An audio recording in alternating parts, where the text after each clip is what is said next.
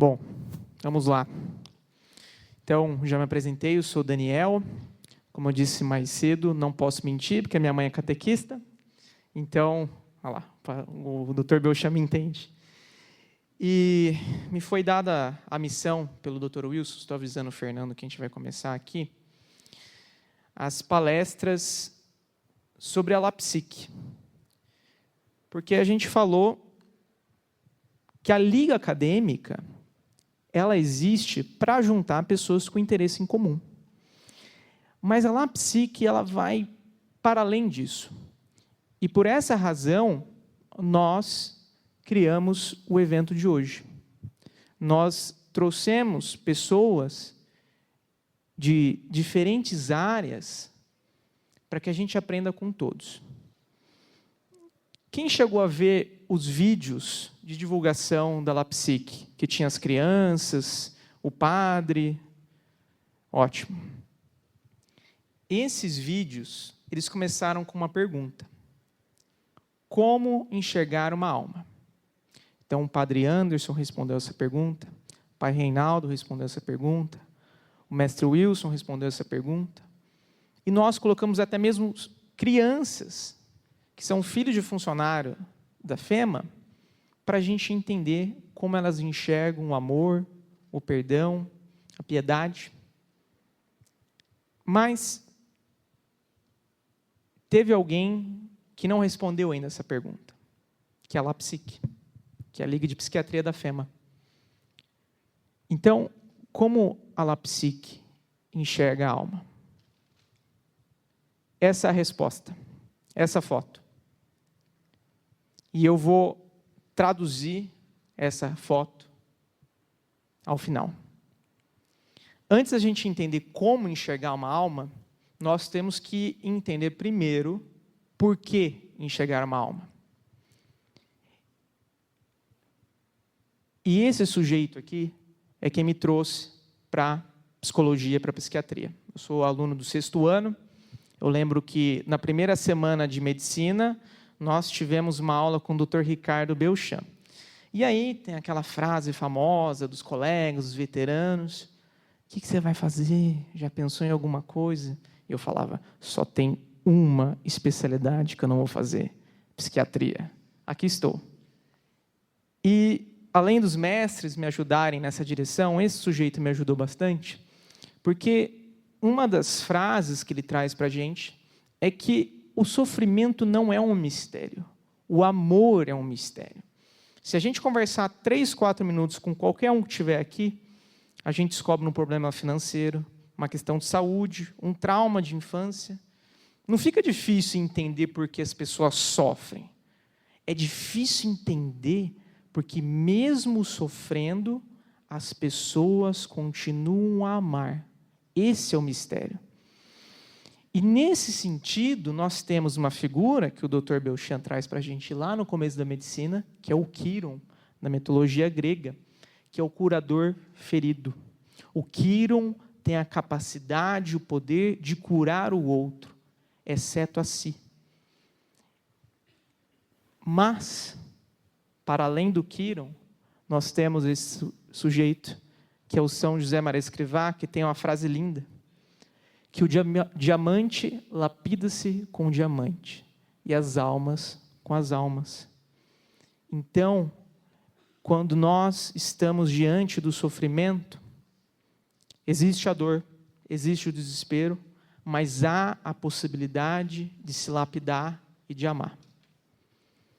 Então, nós voltamos à pergunta: como enxergar uma alma? E dentro de todos os elementos do mundo, todo o sofrimento do mundo, existe a nossa vida. Existem as guerras, a história geral, e bem pequenininho aqui tem a nossa vida, a sua vida. E a neurociência entende que a memória é como fragmentos, pequenos pedaços de quebra-cabeça. E quando a gente forma a personalidade ou concretiza a memória de curto prazo e longo prazo, a gente está montando um quadro. E se algumas peças faltam, nós tentamos completá-las, talvez com uma imaginação negativa ou positiva. E por isso que existem os dramas universais, as histórias que se repetem, livros, orações, histórias orais, a arte como um todo, e por isso nós chamamos as pessoas aqui, são artifícios para que a gente encaixe essas peças. São artifícios para que a gente destrinche a alma. E com isso vem o termo de inteligência, que para os gregos é um órgão. A inteligência é um órgão para além do corpo, que integra, que arquiteta essas peças do mundo para captar a verdade, para amar o próximo. E quando que vem a medicina nessa conversa? Com a medicina arte. Os gregos, os egípcios, católicos medievais, budistas, a lista é longa. Os médicos eram astrólogos, arquitetos, eles não eram apenas médicos. Então, essa história de biopsicossocial não é nenhuma novidade que falam para a gente. Nunca foi. O Hipócrates, que é o pai da medicina, era um filósofo. E nós voltamos nessa imagem. Essa imagem traduz o que é a lapsique. Bom, nós temos dois sujeitos aqui. E, para quem é da medicina, talvez não reconheça esses rostos aqui. Mas esse é o Dr. Ângelo Machado, junto do Dr. Selmo Porto.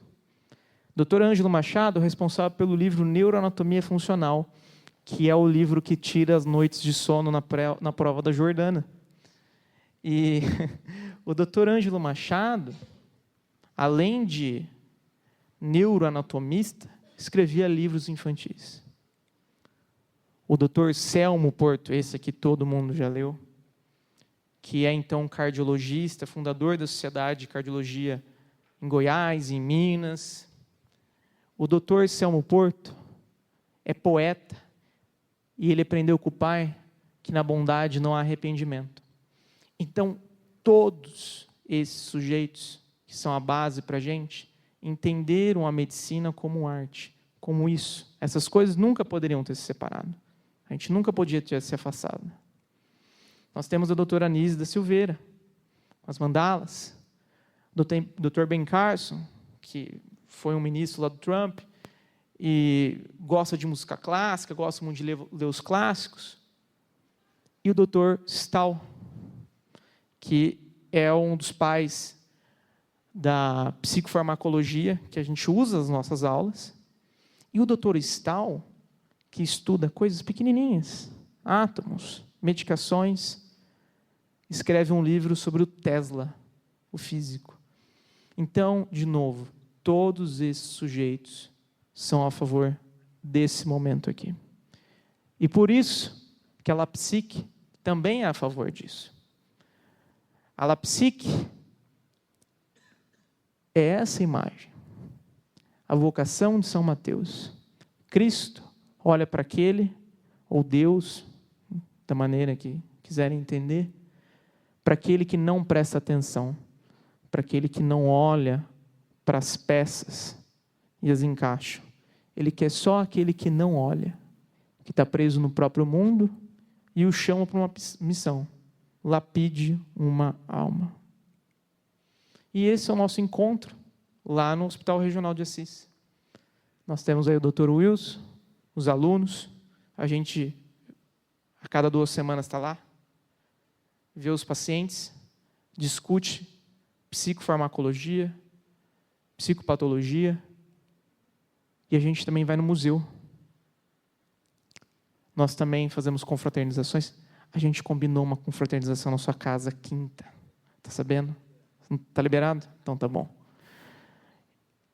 E se a gente não tem isso, se a gente não encaixa essas peças, se a gente continua a olhar para baixo, não vê a vocação, a gente se perde. Outra obra do Caravaggio. E eu termino, então, para a gente chamar já os mestres, com esse trecho que eu acho lindo. do Hammer. Quem estará nas trincheiras ao teu lado? Isso importa mais do que a própria guerra. E a Lapsic nos traz isso. Pessoas que estão na trincheira conosco. Pessoas que querem lapidar a alma. Pessoas que acreditam e querem enxergar a alma humana. Muito obrigado.